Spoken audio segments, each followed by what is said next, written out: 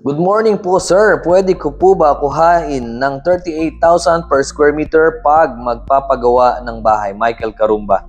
Oo naman buddy, kung magkasundo naman kayo ng owner dun sa presyo na 38,000, ay pwede mong kunin yun dahil magandang presyo na yun. Ngayon, ang kailangan mong malaman dyan, ano ba yung mga inclusions at exclusions doon sa 38,000 per square meter na yun?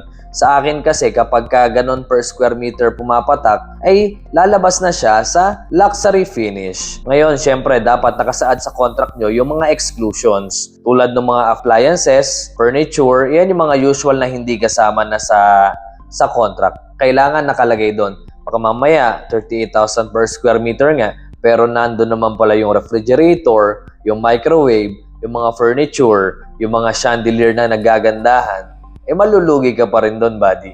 Kaya dapat maging masusi at pag-aralan mabuti yung contract, yung specifications, yung bill of quantity na tinatawag. And this is Yuri, your builder buddy.